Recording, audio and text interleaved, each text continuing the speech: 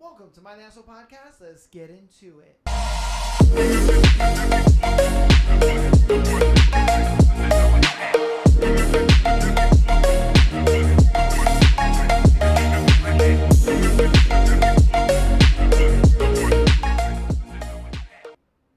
Welcome to my National Podcast. Let's get on into today's Thursday episode. It is a beautiful book day episode for you guys. We'll be doing Beautiful Venom, chapters 10 and 11. Super excited for that, but you know what we have before we get into today's juicy book. We have our thread. Our thread for today is, what's the strangest thing you found in your house after you bought it? Oh, baby. So let's see what crazy things y'all found in your house after you bought it. Okay, not my house, but the school my friend worked at. A pipe had leaked and ruined the wall in the building. One of the oldest schools in the city. It was a beautiful property. Anyways, the pipe leaked, so they pulled down the ruined wall, and behind the wall found a door. Oh, shit. Okay. A fully furnished apartment was there. Had a coal-burning stove to heat it, early 1900s appliances and decor. It was for the caretaker of the school. Yo! That's crazy! I'm surprised they didn't, turn it into, a room or a broom closet or something. No, they just were like, yeah, just put a wall up in front of it. Imagine finding something like that. That is crazy, dude. Yo. A whole ass room. That's something that, you feel like you only see in movies. You know what I mean? You only see, these secret passages and secret, rooms and all that shit. You only see that ever in, movies, I'm being real with you. To see that in real life is wildly crazy. Damn, that's cool. All right, what's the strangest thing that you have found in your house after you bought it? My house has a 2-person jacuzzi tub with mirrors on 3 walls around it. When I was looking at the house, there was a 4-post canopy bed with a mirror inside the canopy. Needless to say, the previous owner had his thing. When I was moving in, I found in the basement a bar with cuffs on either end hanging from the ceiling and 2 eye bolts in the board of the floor that would have made this a perfect place to tie someone up, spread eagle. Yo! I strongly suspect that is what it was used for. I have a room that used to be a bar. Previous owner took the bar itself with him despite it being built in. It has a dropped ceiling and the lights are above the clear panels to let the light through. I was moving ceiling tiles to change a bulb and got hit in the face by what I'm guessing was a homemade sex swing. Yo. Homemade what now? Yo. Okay, hold on. What I'm guessing was a homemade sex swing that was bolted to the rafters above. I've been in this house 15 years and I still occasionally find secret panels in a wall. It seemed anywhere there was an extra bit of space, he put a removable panel to make a hidden storage space. Yo, bruh. That is crazy. And despite all that, the single most surprising thing I found in this house is the light switch in the bathroom that has power going to it but doesn't seem to actually switch anything in the house on. What do you go to? Hold on. What do you go to, you mystery switch? Okay. What do you go to? When will you stop taunting me? Give me your secrets. Yo, because I feel like he's turning on something in that house. That's crazy. The fact that he's just got all these secret panels all over the damn place and he's just finding sex swings and, cuffed walls and bro, what the fuck? Whoever owned that house before had a full on fucking sex dungeon and was just don't worry about it. They're not gonna find out. Like, bruh, that nigga found out. Imagine he's just like you're this guy's friend, and he calls you up, and he's just like, "Hey man, guess what I found in my walls in my basement yesterday? I found a sex swing," and you're just like, What did he say? You found a what in your where? You know what I mean? Like, bro, you found a what in your where, bro? Oh man, that's crazy. That is crazy, dude. There's no way. All right, on to our next one. What's the strangest thing you found in your house after you bought it? My husband had a car that he bought off a friend. He had it for 4 years, and the driver's side window started messing up and getting off track, so we popped the frame off to fix it. In the door frame, we found a handgun and 2 clips wrapped in a white T-shirt. We called the friend he bought it from, and turns out that the car was sold to her from a police auction. Oh,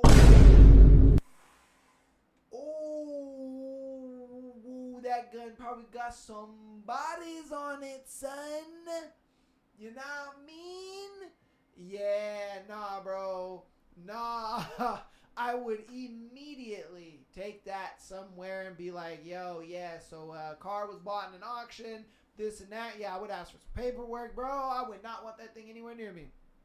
No, thank you, because that is dangerous. Oh, bro, imagine. You're just like, yeah, I'm buying a car. You got a good deal. And you're just like, all right, cool. Yeah, this is great. Fantastic. And then out of nowhere, you're just like, what the heck is this hard thing in the freaking, line in it? You pull it out, and it's just like towel wrapped up, and you open that motherfucker up, and you're just like, oh, shit. I would throw it immediately. Because I'm not trying to touch that, not trying to have my fingerprints on it, not trying to have nothing on that. Like, no, thank you. Oh, yeah, bro.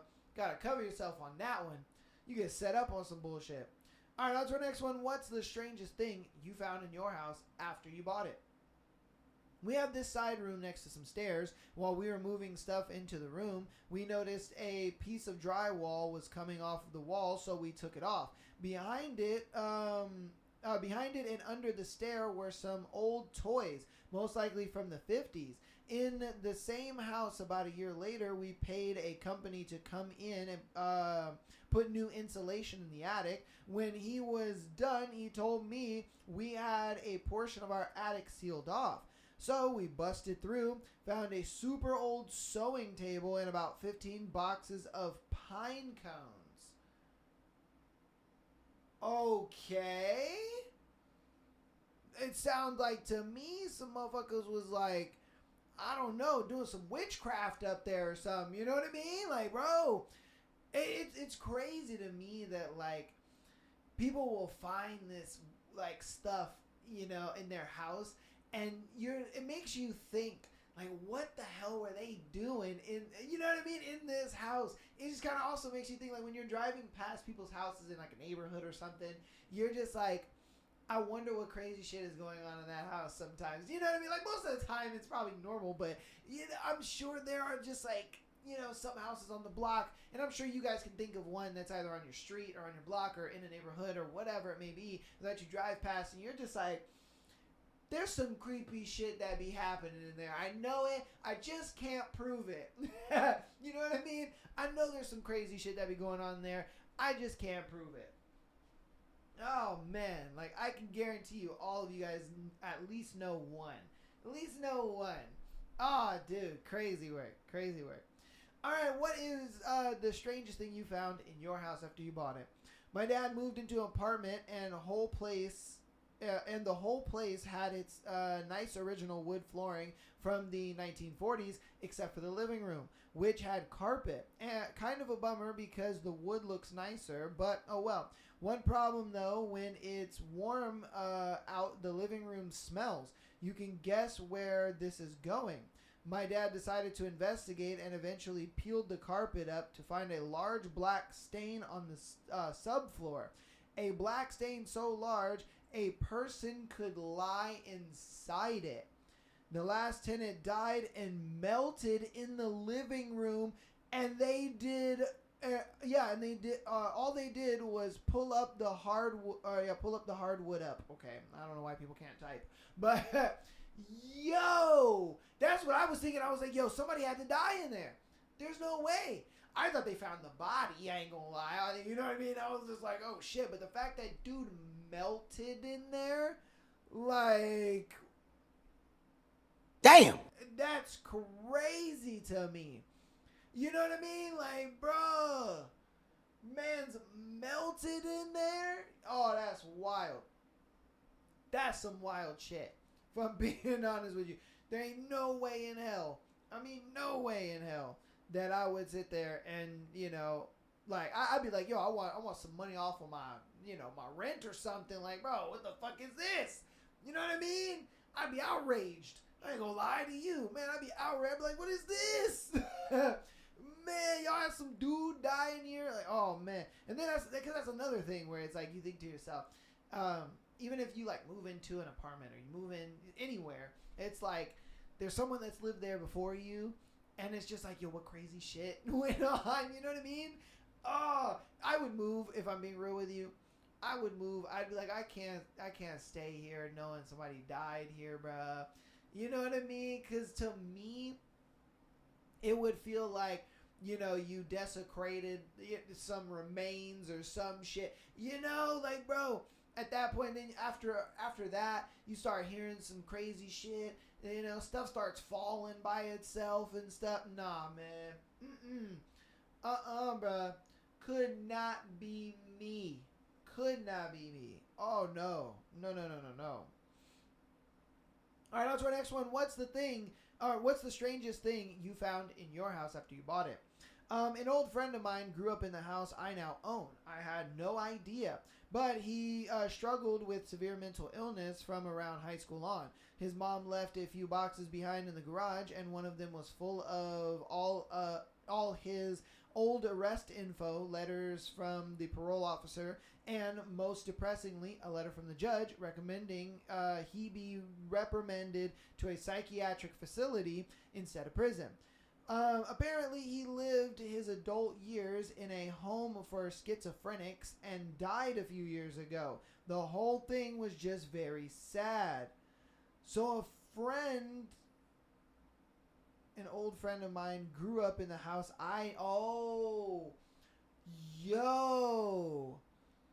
So you pretty much live in his old childhood house. You found records of him getting arrested. They were like, yo, man's is so fucked up. We cannot send him to prison. We got to send him to a psychiatric ward where he died. Like, hold up. Hold up a minute. I would love to know, like, what he did that, you know, was so crazy. Because think about it. In order to get not jail and to go to a psychiatric ward, bro, you got to be a fucked up, and I mean a fucked up individual. You know what I mean? You got to be like, you know, absolutely killing and maiming and, you know, doing disgusting things to people's bodies, you know, in order to get a judge to be like, yo, nah, jail ain't for you, my guy. We need to put you in a psychiatric ward. Mind you, Jeffrey Dahmer, as crazy as he was, dude was, you know, putting people in acid and he was cutting them up and eating them and all that stuff. Bro went to jail. He didn't go to a psychiatric ward. You know, John Wayne Gacy, same thing. Dude was doing crazy things to women. He went to jail. So for a judge to sit there and be like, nah, fam, we ain't giving you jail time. We are going to put you in a psychiatric ward. Bro, what did you have to do? What did you have to do, bruh? Like, that is... yo, that to me is crazy, bruh. Yeah. Now think about that, though. Man, let me know in the comments what you think he did, or what you think he had to do in order to not get jail time and be getting psychiatric ward instead, man. Damn. All right, let's keep going. What's the strangest thing that you have found in your home after you bought it?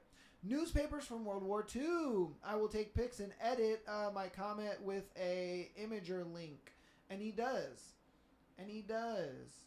Holy shit. It is a newspaper. Okay, why? Fuck out the way. We don't care. Oh my goodness. No, stay on Safari. Okay.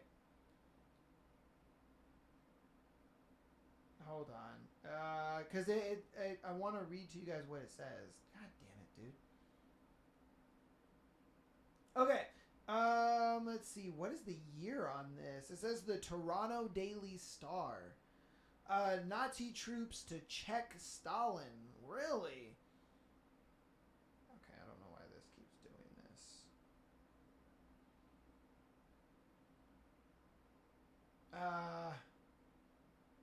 Why does this keep doing it? No, I want to read it.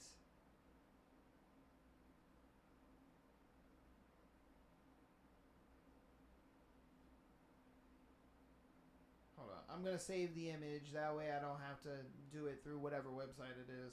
Hold on. Okay.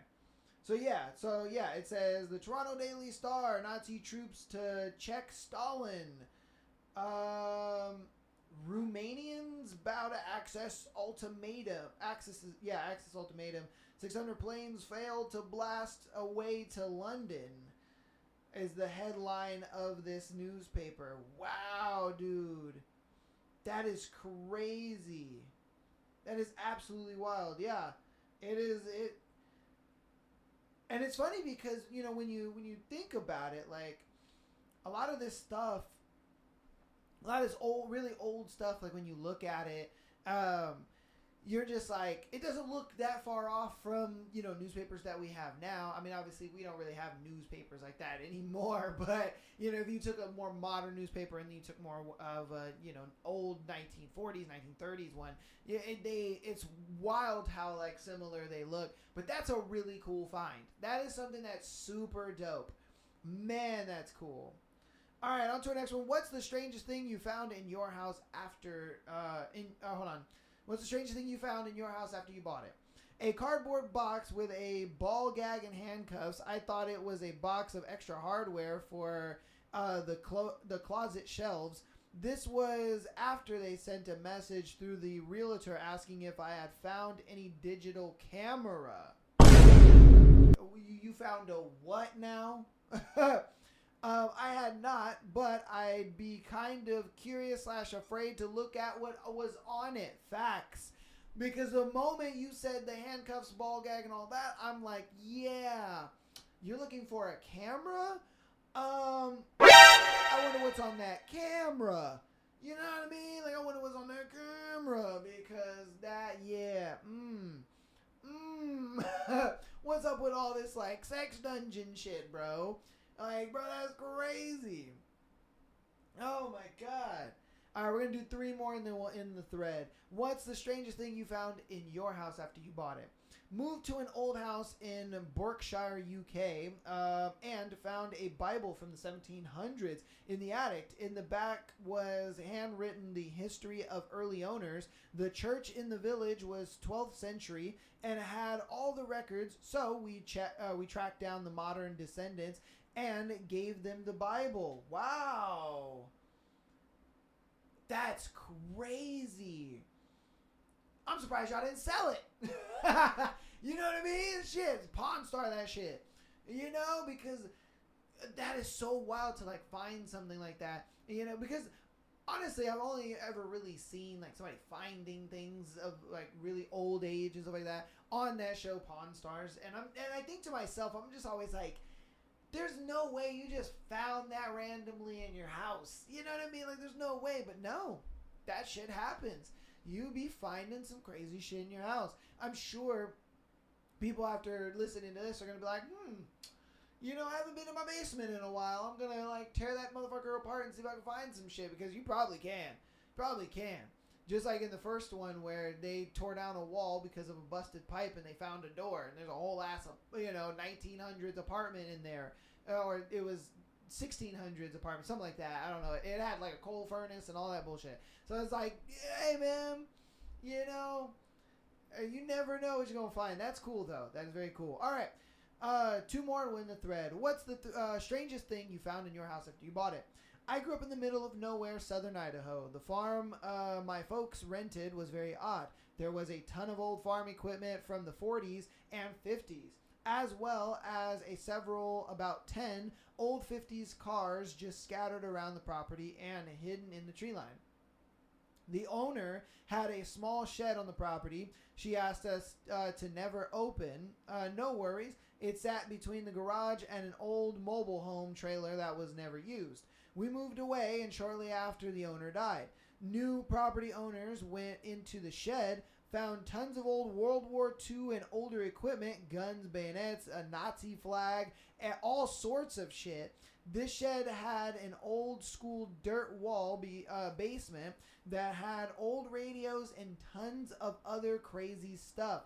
Unfortunately, after the new owner started messing with the shed, the basement, being dirt, and all eventually gave away, and a lot of stuff was damaged, so they weren't able to salvage a lot and sold it all, so it worked out. Most I found was a previous tenant's porn stash as a teenager in an old trailer. Best find ever. Crazy work. Yo! So she was a Nazi, son?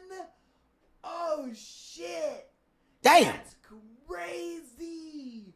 She was a Nazi, son. Yo, she had all this Nazi paraphernalia. She had guns and all kinds of shit. Like, yo, imagine like you're just a kid, having a good time. You just see this old lady, and she just seemed like a normal old lady, just like, yeah, it is what it is, whatever, And then out of nowhere, you grow up, you're an adult, and then all of a sudden you go back to that property. You find out there's, the lady died, new owners came, and you find out that bitch was out here just like, giving the old salute. Like, that's crazy, son. That's some crazy work. And the fact that she had all that stuff in there, like, what was she keeping all that stuff for? You know what I mean? Like, why wouldn't you just, like, get rid of it? That's what makes me think, like, was she trying to just, like, keep the movement alive or something? Was she having skinhead meetings? You know what I mean?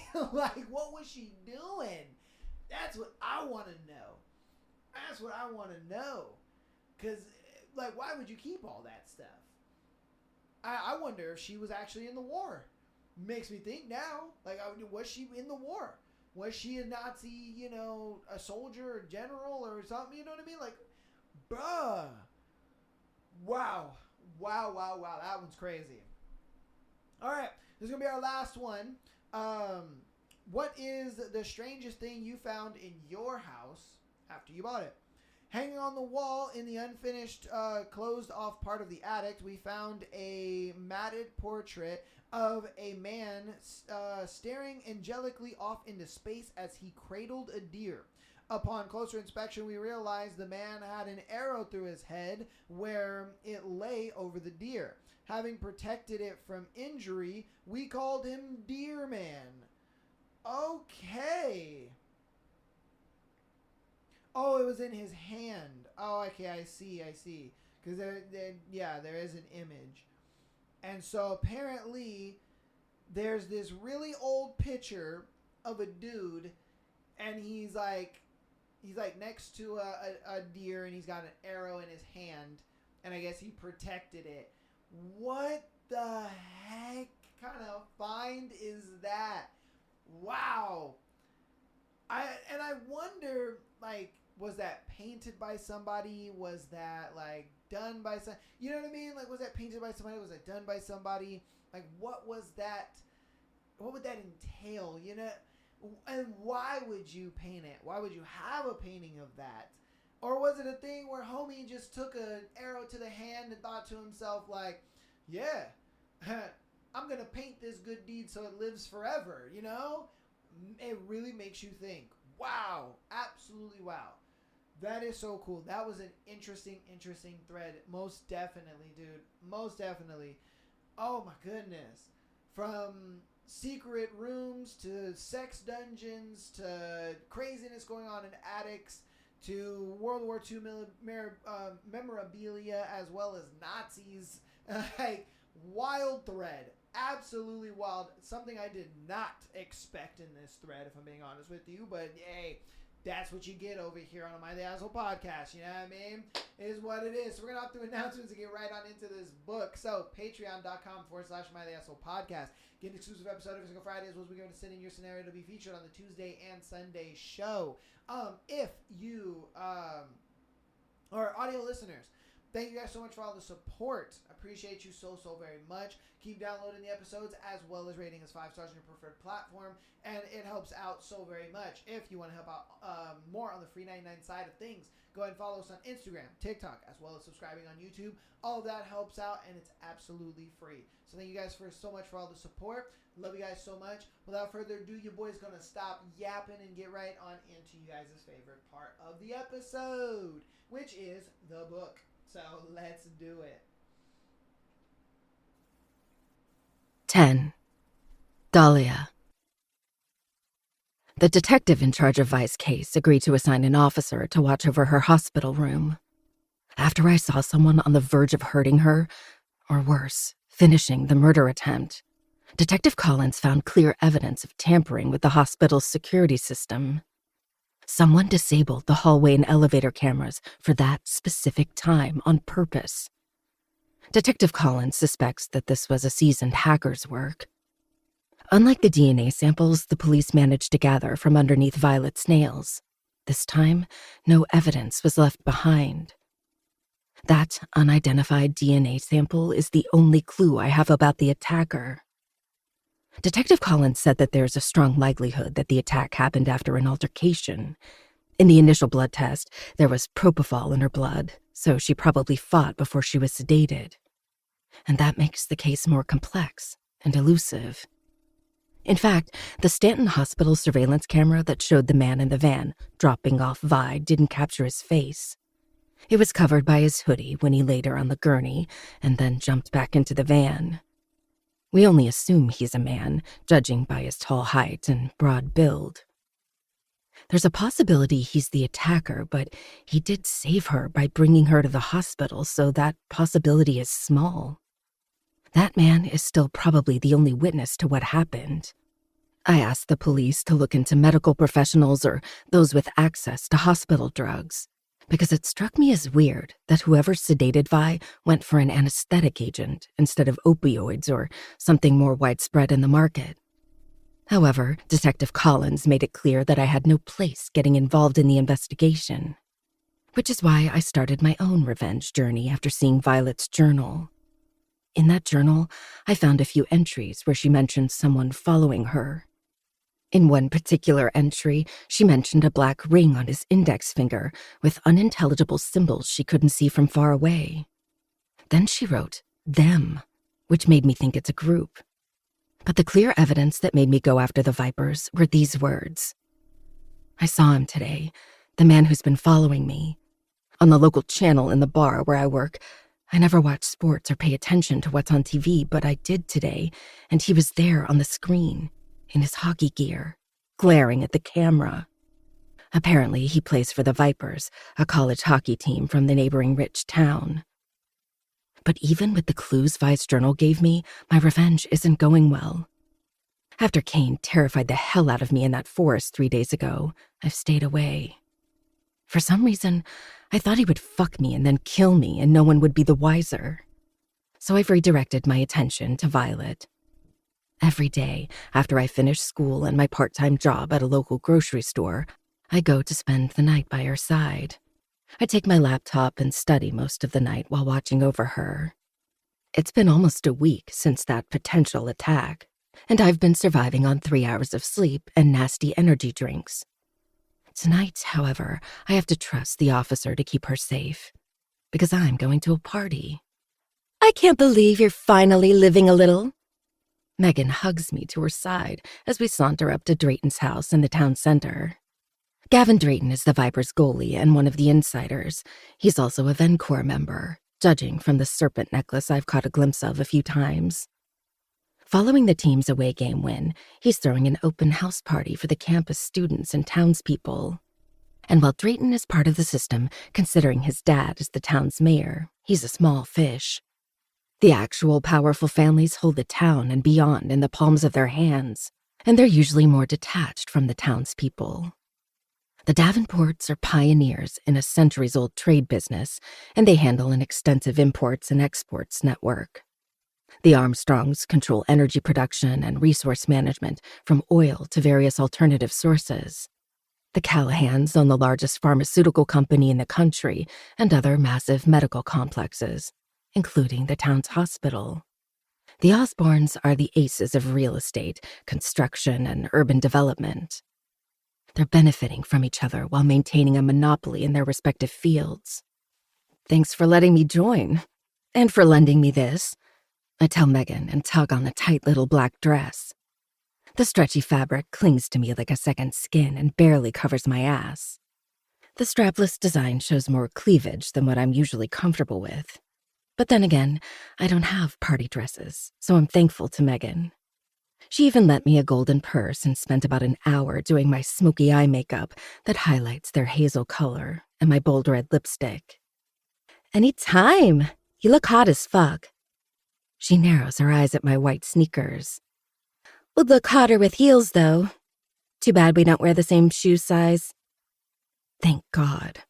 It'd be embarrassing since I don't know how to walk in heels. The Drayton's house stands proudly in the heart of the town center, a massive colonial-style home that exudes old money charm with its white columns, dark green shutters, and perfectly manicured lawn. As Megan and I step inside, the lively energy envelops my senses. The walls are adorned with framed certificates, degrees, and old photos showcasing the Drayton's family history. The soft glow from crystal chandeliers overhead reflects off the polished hardwood floors, their surface so shiny I can almost see my reflection.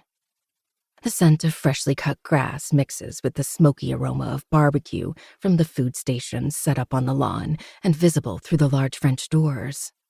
Laughter and chatter rise from the crowd of townsfolk and university students, creating a hum of excitement. The air is thick with the smell of expensive perfume, beer, and grilled meat, making my stomach churn as we navigate through clusters of people. Bass-heavy music pumps through the speakers, vibrating the wooden floors, the subtle rhythm beating under my sneakers. The faint clink of champagne glasses being toasted echoes from a nearby gathering of local politicians and the university's elite, mingling in small groups. Megan snatches 2 glasses from a well-groomed waiter and winks at him before she offers me one. I fucking love rich people's parties. I accept the flute of champagne, but don't drink it. Since the creep who rented his attic room to Violet and I tried to drug us with his homemade wine, I never consume anything that's not sealed. My gaze flits over the crowd, trying to locate the hockey players. I see Drayton with his dad and the Vipers management crew, but the rest don't appear to be nearby. Nice dress, a tall, slender girl tells Megan as she sachets to us with 2 other stunningly beautiful girls. Her blonde locks cover her shoulders, and her sparkling silver dress catches the gleam of the chandeliers. Thanks. Megan smiles, but it's tight. I hope you didn't pay much for it at the thrift shop. I donated it to charity last year. Blondie motions at me. That one too. I wore them better, but it's nice to see they found a new home. Megan's face twists as if she ate something foul, and she tries to pull on my hand, but I remain in place and plaster a smile. Thanks for your charity. You're such a good person. Her smile stiffens and nearly falls before she forces a wider one. Her friends, however, don't hide their shock, their eyes throwing daggers in my direction. Please keep donating so we can wear nice things, I add with a blinding smile. What's your shoe size? I'll send you heels so you can dress appropriately. Thanks, but I can't handle heels. Heard they hurt, and I'm not a fan of pain. Megan squeezes my arm, and I think that's her cue for me to cut it out. Funny.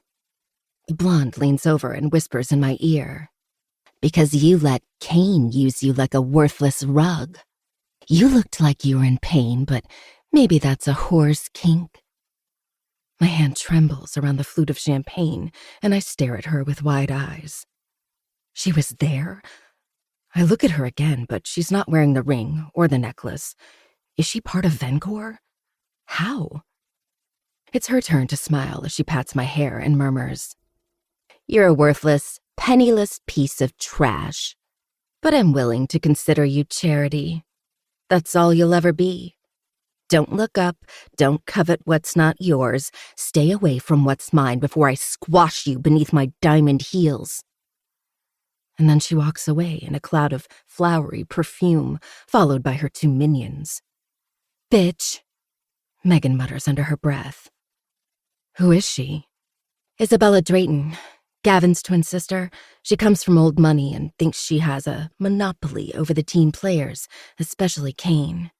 She's a snotty princess, so just forget about her. But I can't.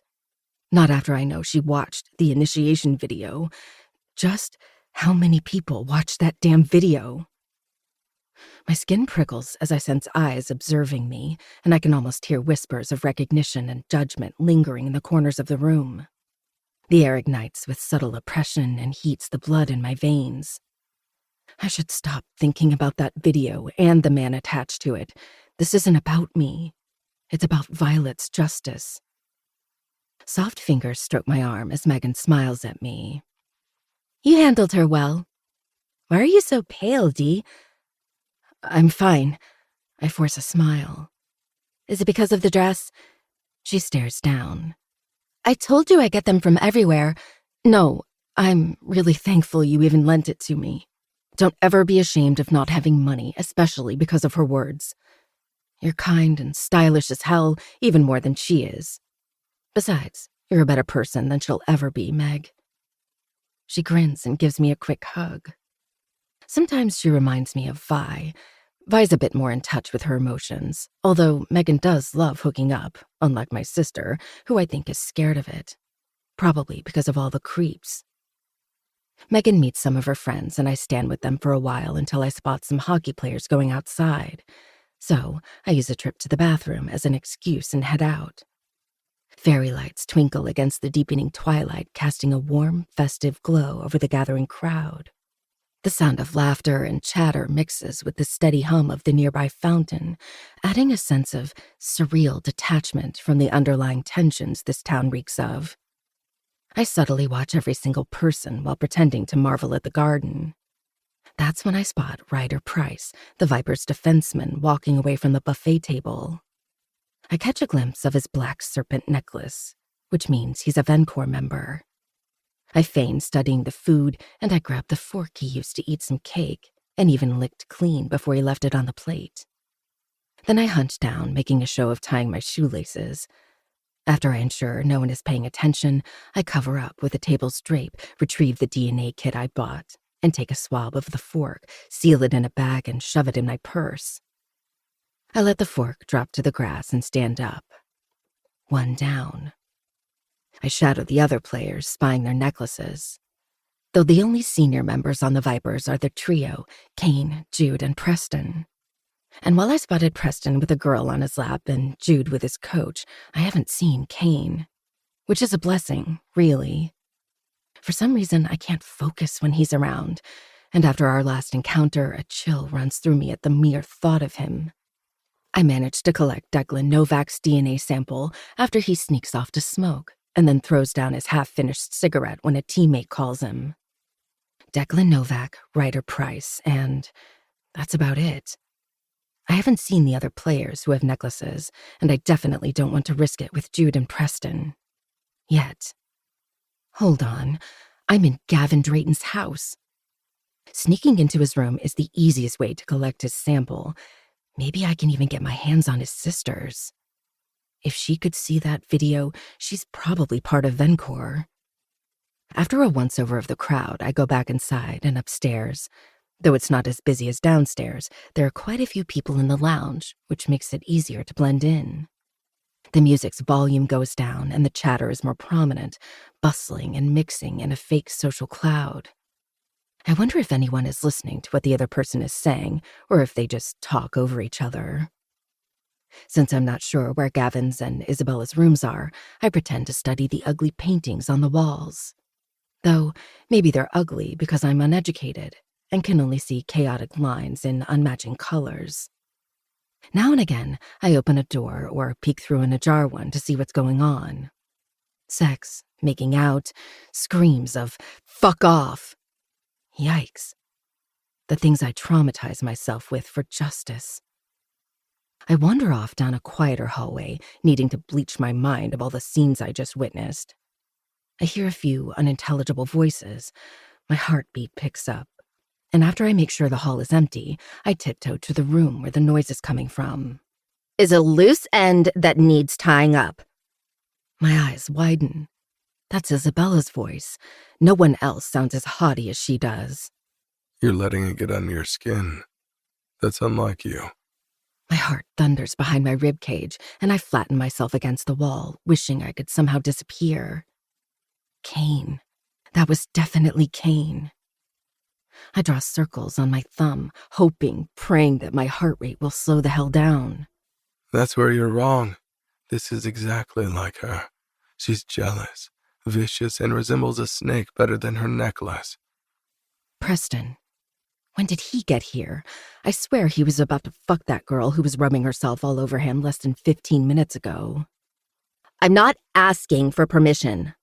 I'll go against the Osborns and Serena if needed." Isabella again. "Be reasonable." A third masculine voice says. I want to say it's Gavin, but I'm not sure. "That's like asking a shark not to bite." There's vague amusement in Preston's voice. "Izzy's right."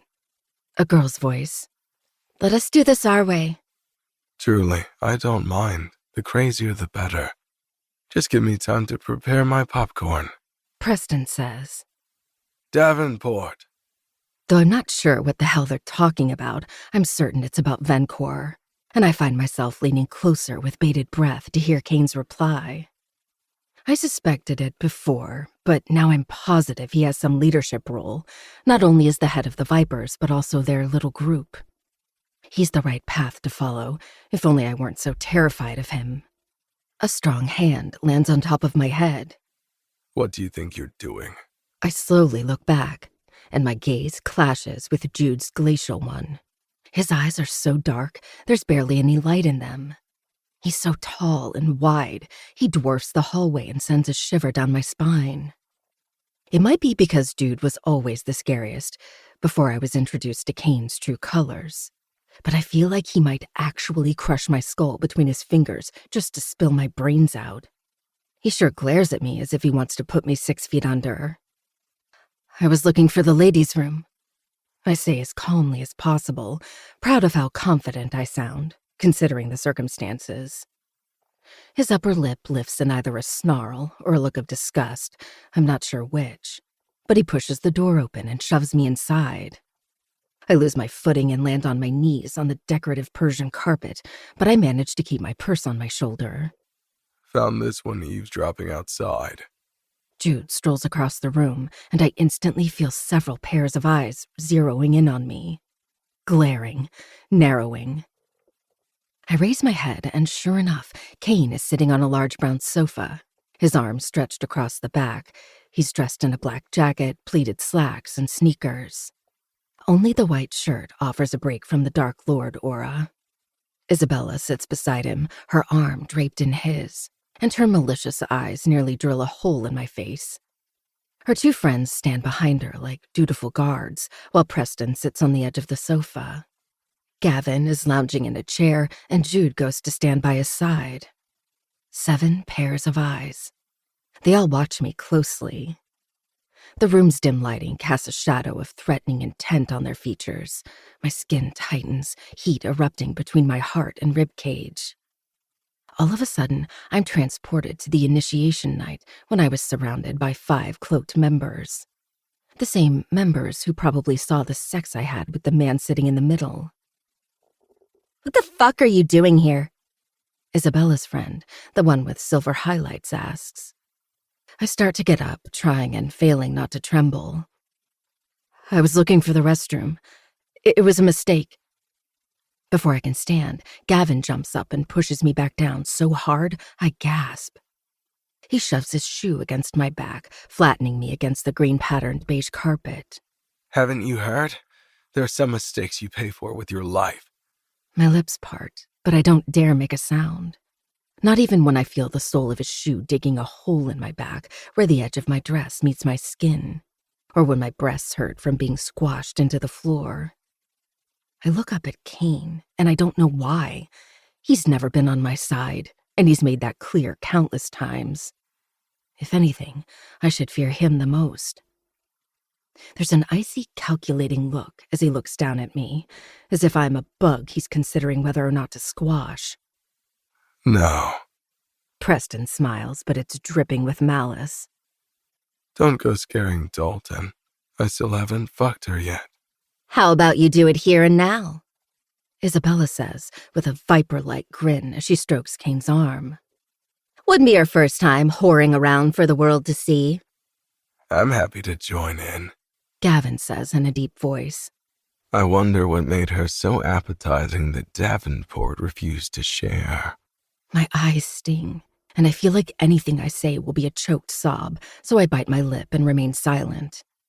It's not like they'll listen to my protests. I have to save my energy to be able to fight and escape. Kane rises, forcing Isabella to get her claws off of him. He doesn't look at me as he calmly but decisively places a hand on Gavin's shoulder and pushes him away. I inhale large gulps of air and stumble to a standing position, hugging my purse close to my chest. But before I can make another move, Gavin grabs my arm and smiles. Come on, Kane. You got to use the bitch. Time to share. My arm hurts from his forceful touch, and the more I pull away, the harder he squeezes. I think he'll break it, but then his hand disappears. Kane snatches Gavin's arm and twists it against his back as he stands behind him. With the height difference, he towers over him as he speaks low, close to his face. What I use is mine, and mine alone. I don't share my toys. Are we clear? Fuck. Let go, you'll break my arm. After that, it's your dick's turn. Davenport. Preston slides to his side. He's our goalie. Our goalie would know his fucking place. No, wouldn't he?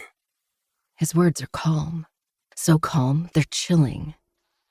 Isabella's face twists in an ugly expression as she rushes to her brother. "Kane, let him go! Why are you hurting Gav for this bitch? She's not even—" Shut your mouth, Isabella. His words are deep and final. Forget Isabella, even I flinch, hoping to find a hole I can crawl into. Out. He orders, throwing Gavin at Preston. All of you out. Now. Isabella's friends run out of there as if their asses are on fire. Gavin, Jude, and Preston are next. Isabella is the one who lingers behind, her face red and her breathing choppy. He merely looks at her with his signature composed expression that could crumble mountains. Waiting for an escort. "You can't be serious!" She points a finger in my direction. "She's an outsider. This bitch is a fucking outsider!" Call her a bitch again, and I'll cut out your tongue. I flinch, again, as if I've been hit by lightning. Isabella trembles all over, her legs barely holding her upright, but she stomps out of the room after stabbing me with one final glare. Everyone, and I mean every single one who left, looked at Kane as if he were an alien before they exited.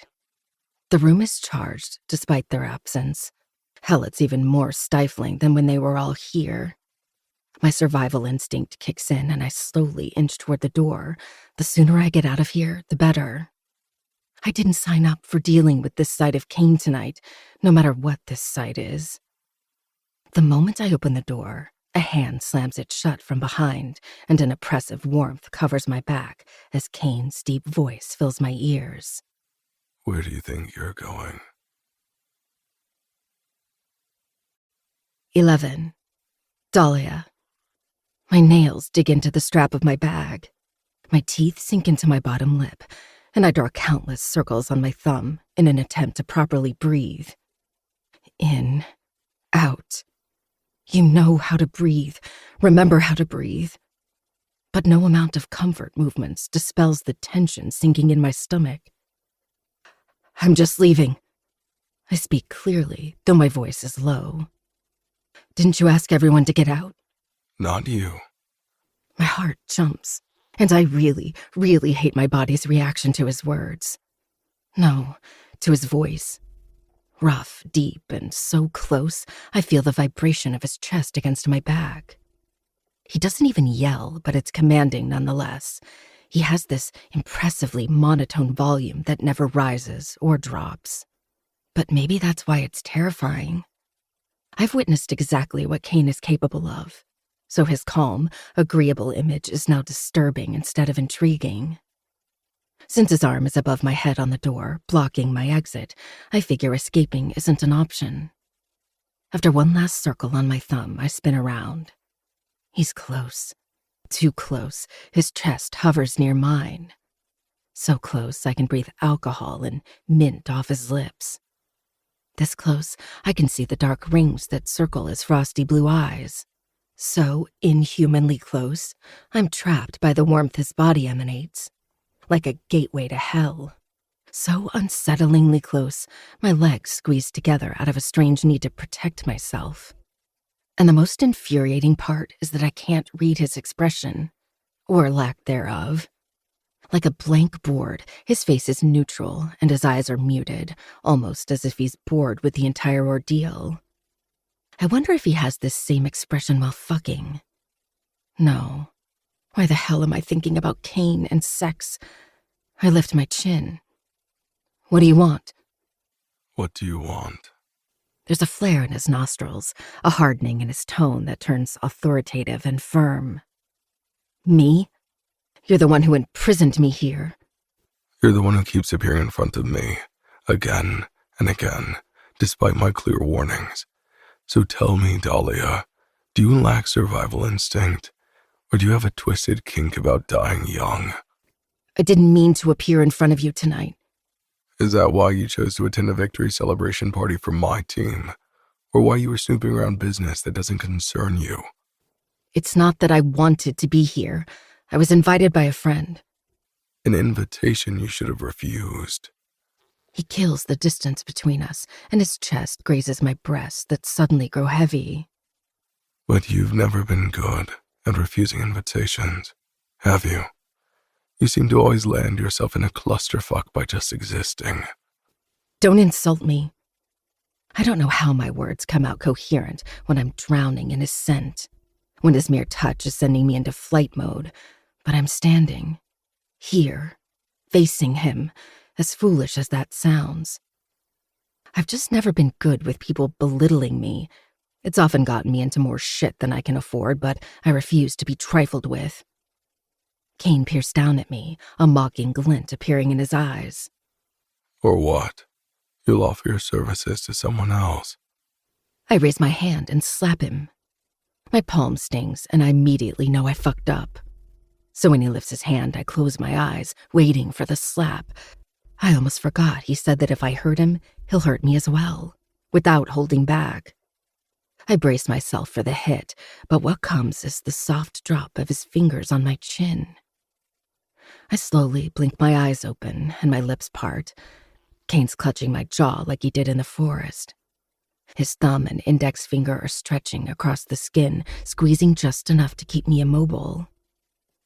He's studying my face with utter fascination, as if he's never seen me before. As if I'm a foreign being he's attempting to figure out. Why did you slap me? He asks, his fingers stroking my cheek in what seems like a doting gesture, but it actually locks my muscles. Because you disrespected me? I whisper, holding on to my silly pride. Do you slap everyone who insults you? If I can reach them, yes. You didn't slap Gavin and Isabella when they called you a bitch. I didn't get the chance since you kicked them out. Would you slap them if I called them in again? I purse my lips. You wouldn't. He announces, as if it's a given. Do you know why? Because Gavin is stronger than me and can kill me? I can kill you too, but that didn't stop you. Want to know what I think is the true reason behind your actions? No. I'll tell you anyway. Their words didn't get under your skin. Mine do. He swipes his thumb over my bottom lip, back and forth like a curse. Interesting. That's not true. His thumb grazes my lips and teeth, and he watches the motion. I'm more taken aback by how my words sound like a lie to my own ears. Kane's eyes remain on my mouth, watching with intense attention, as if he's in the midst of solving a math problem. My lips tremble despite my attempts to remain calm. Don't. His voice deepens, forcing goosebumps to erupt on my skin. Don't what? Don't tempt me. I'm not doing anything. You're shaking. Shaking? I told you, didn't I? Your fear turns me on. He thrusts his leg between mine, forcing me to part my previously locked thighs. My eyes widen at the feel of his very thick, very hard cock, hot and heavy against my naked flesh. Memories of being fucked by this very same cock makes me shudder. It doesn't matter how long ago it happened. My body resurrects at the thought. The other night, after he warned me off in that forest, I had a dream about him fucking me against a tree and woke up with my hand buried in my wet folds. I took a cold shower right after and promised to find another path and not get close to Kane again. He's dangerous. And not because of what he's capable of, but because of my reaction to him. Because instead of being scared of him and the satanic organization he belongs to, all I keep thinking about is the blinding pleasure I felt in his ruthless arms. Yes, fear still exists, but it's definitely not the only emotion I have toward this man. I clench my stomach and my thighs, trying to harden my resolve and not be affected. A deep, rough noise leaves his throat. Stop moving, unless you're going to open your mouth and let me fuck your throat until I decorate these red lips with my cum. My pussy pulses, and the body-tingling sensation I had after that dream rushes back to the surface. You're sick, I whisper, though the words could also be directed at myself. I'm well aware, which is why I warned you. Over and over again. He maneuvers his legs so that I'm sitting on his thigh. My dress bunches up to my waist, revealing my black panties. Then he moves until his dick presses against my underwear, provoking deep pressure. I resist a moan. God, that feels so good. And again. He rolls his hips and thrusts again. Even though clothes separate us, my pussy clenches, demanding to be filled. I've never been sexually frustrated, but I think that's exactly what's happening right now. But you don't do well with warnings, do you? You're a little rebellious wildflower that thinks it can survive anywhere. But guess what? He drives his hips forward, harder, rubbing his clothed cock against my starved pussy as he holds my face with both hands, forcing my eyes to remain on his. It's a different invasion from the one below. He might be dry humping me, but his icy eyes, those are fucking my soul. I'm your winter, Dahlia.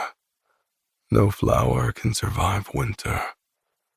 Not even wildflowers. I grab onto both of his wrists as he thrusts into me with blinding precision, rubbing his cock and thigh against my sensitive clit. My back hits the door from his vicious power, and I feel the inexplicable need to grab harder for balance. To feel all of him plowing into me, igniting the sharp tingles of pleasure inside me. God, I think I'm broken. I thought I wanted gentle, caring, and a lot of prep to be aroused, but it turns out I need rough, filthy, and completely unapologetic sex. The fact that Kane takes what he wants without asking for permission makes me dizzy. Hell, it makes me wetter. Lower your hands. He orders in a rough voice. I release his wrists and hold on to his waist beneath the jacket instead, and pause, because I'm touching the definition of rock. Was he this muscular before? Despite his lean waist, he's so toned. Dahlia. The warning rolls off my skin as if he's licked me. Don't touch me. You're touching me too. I dig my nails into his skin, refusing to let him go. His movements slow down, and I nearly scream in frustration. Stop touching me, or I'll leave your wet cunt unsatisfied. My libido wins, and I let my hands drop from his waist and press them to the door so I won't instinctively grab onto him. He doesn't seem to be a fan, despite the fact that he's all over me. Hell, he's holding my face hostage, but I suppose there's a difference between his and my touch. Mine is softer, seeking some form of connection. His is all about power, control, and absolute dominance. He rubs his dick up and down my wet cunt, his movements long and steady, never turning frenzied or unrestrained. His breathing is deeper, his touch is stronger, but he seems to be in complete command. I, on the other hand, my pants fill the space, and holding in the small noises that rip out of me is beyond my reach. You're soaking wet for someone who swore to never want to be fucked by me. His gruff voice fills my ears and penetrates my skin. Physical reaction. I try to sound normal, but my voice is hoarse and ends in a moan as the rhythm intensifies. Physical reaction. A tinge of fury rolls off him and seeps beneath my skin. There's a long and deep retreat before he rams me into the door. I think I'll come then and there. But I don't, so I provoke him. Yeah, anyone could do it. Anyone, huh? I think I see a muscle jump in his jaw, but it immediately disappears when he glides his cock so fiercely a swell builds, overtaking me. My eyes close, mostly because his are so intrusive that I feel like I'm going to burst under their scrutiny. Do you ride just anyone, Wildflower? My thighs clench, and I realize I've been shamelessly rubbing myself against his leg, faster and harder, needing the release more than my next breath. Part of me is horrified that I even want this, that Kane can arouse me like no other man has been able to. The very idea of Kane stirs a part of me I didn't know existed. My panties are damp, and the texture of his pants creates delicious friction against my sensitive skin. My thighs quake and my legs part farther, as if I can invite him to thrust into me through the layers of clothes. The wet rubbing sound saturates my senses, and I shudder as my pussy tightens and a surge swells and expands until I can't think straight. Open your eyes. Look at me when you come on my cock. I slowly stare at him.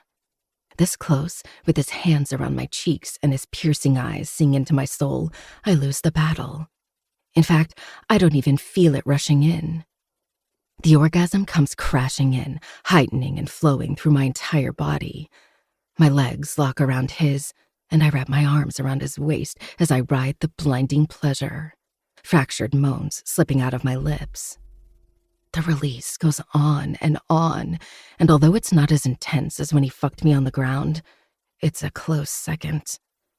Probably because there was no penetration. Jesus Christ. Why am I thinking about penetration? I told you not to touch me. He releases my face and steps back. I'm forced to drop my hands from his waist, my mind still floating in a pleasure haze. I didn't mean to. Is that so? He places a hand on top of my head, stroking my hair, then shoves me down. Such a beautiful liar. My knees meet the carpet, and I choose to believe the thud in my chest is due to the orgasm and not because he called me beautiful.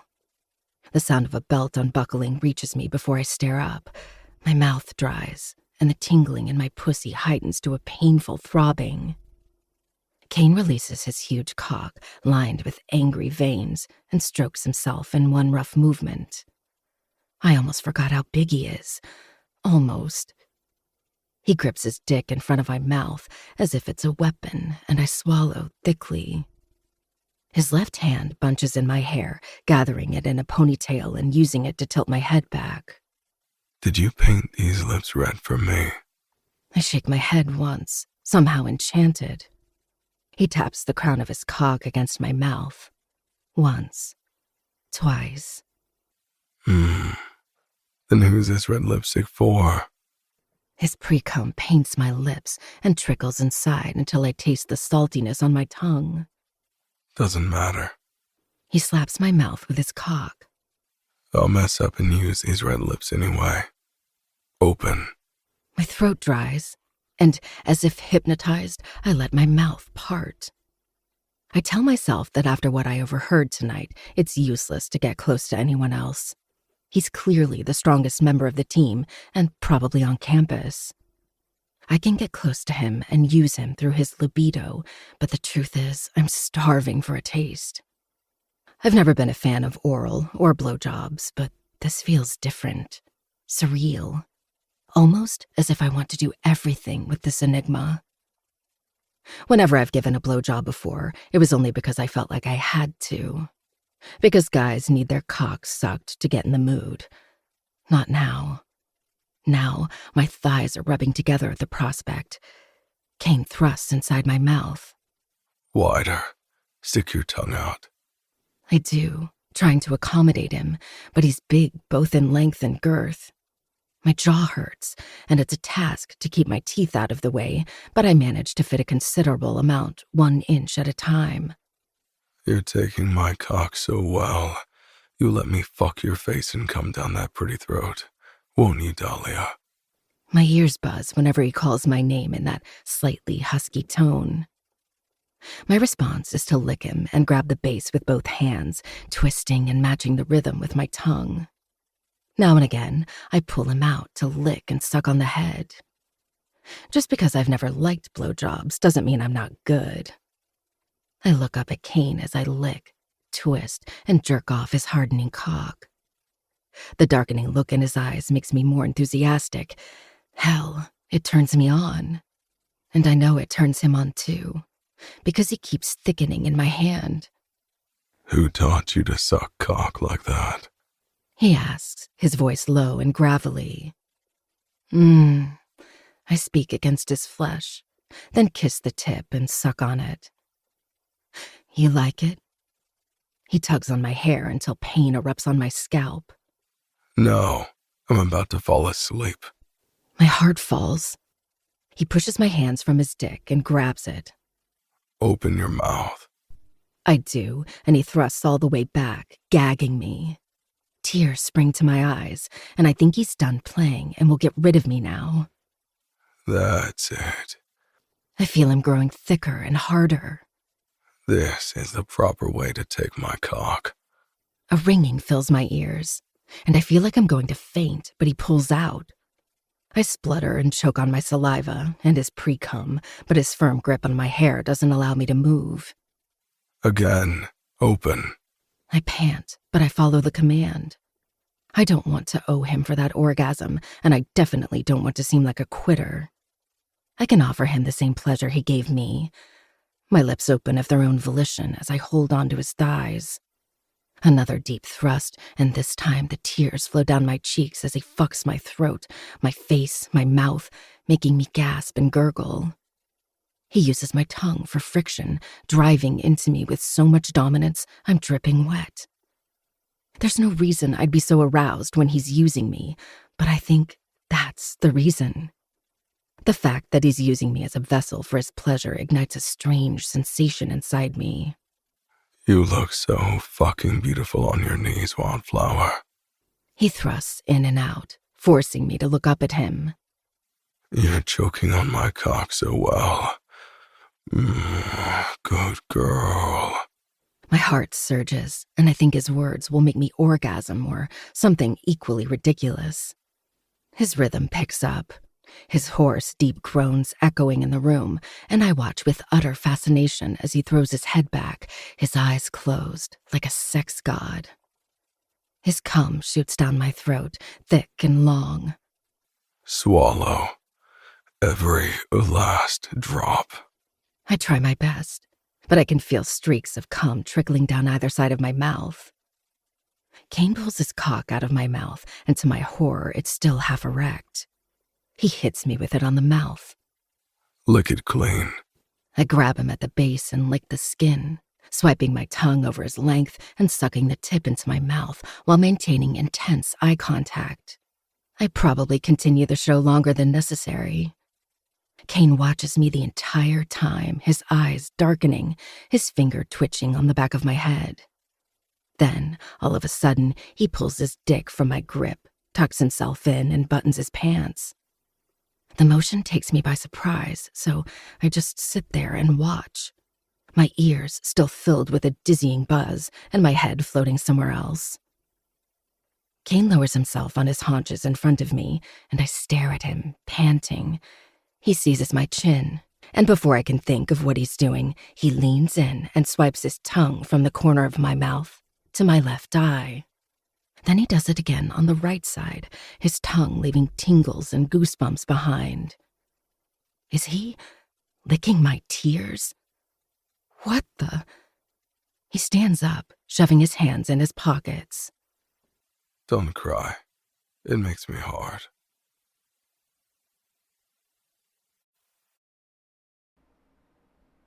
All right. Well, that was quite the episode. You know what I mean? But that's going to be the end of today's episode. If you guys enjoyed, watched it, or listened to this episode with headphones on, you know what I mean? If I'm being real with you, because I got a little spicy in there at the end. But love you guys. Hopefully, you guys enjoyed today's episode. Tomorrow should be the free Patreon February episode. So we should be doing that tomorrow, and then you guys will get an episode with me and Michael on Sunday. And yeah, man, action-packed weekend. Action-packed week. We're gonna have streams on Wednesdays, Sundays, and Mondays. All that good stuff. So love you guys all, and peace.